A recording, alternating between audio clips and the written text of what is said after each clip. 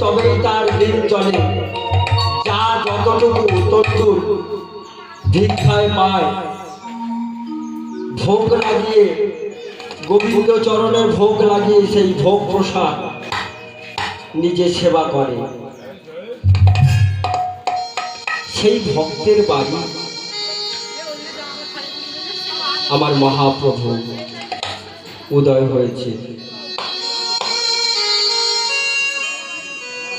তো সেই ভক্ত মহা আনন্দে, মনের আনন্দে বলছে, ওগো ব্রাহ্মণী, ছুটে এসো, ছুটে এসো, দেখবে এসো, আজ আমাদের পরম সৌভাগ্য। আজ কি সৌভাগ্য গো, আমাদের গৃহে আর আজ বৈষ্ণব এসেছে। অনেক ভাগ্যের ফলে বৈষ্ণব আসিয়া মিলে বৈষ্ণব সেবার কয় আয়োজন।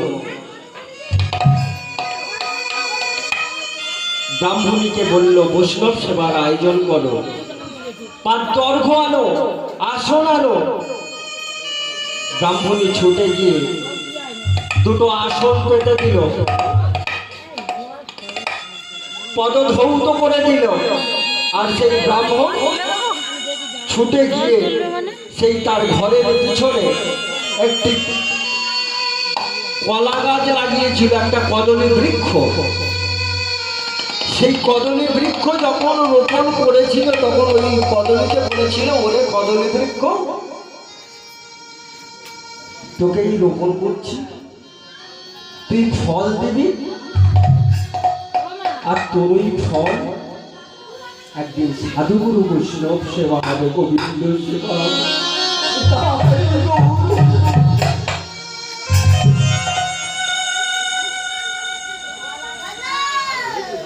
তাই সেই কদলী বৃক্ষের কাছে গিয়ে বলছে, ওরে কদলী বৃক্ষ, আজ তোর সেই দিন এসেছি, তোর বড় সৌভাগ্য করে, তোর পরম সৌভাগ্য।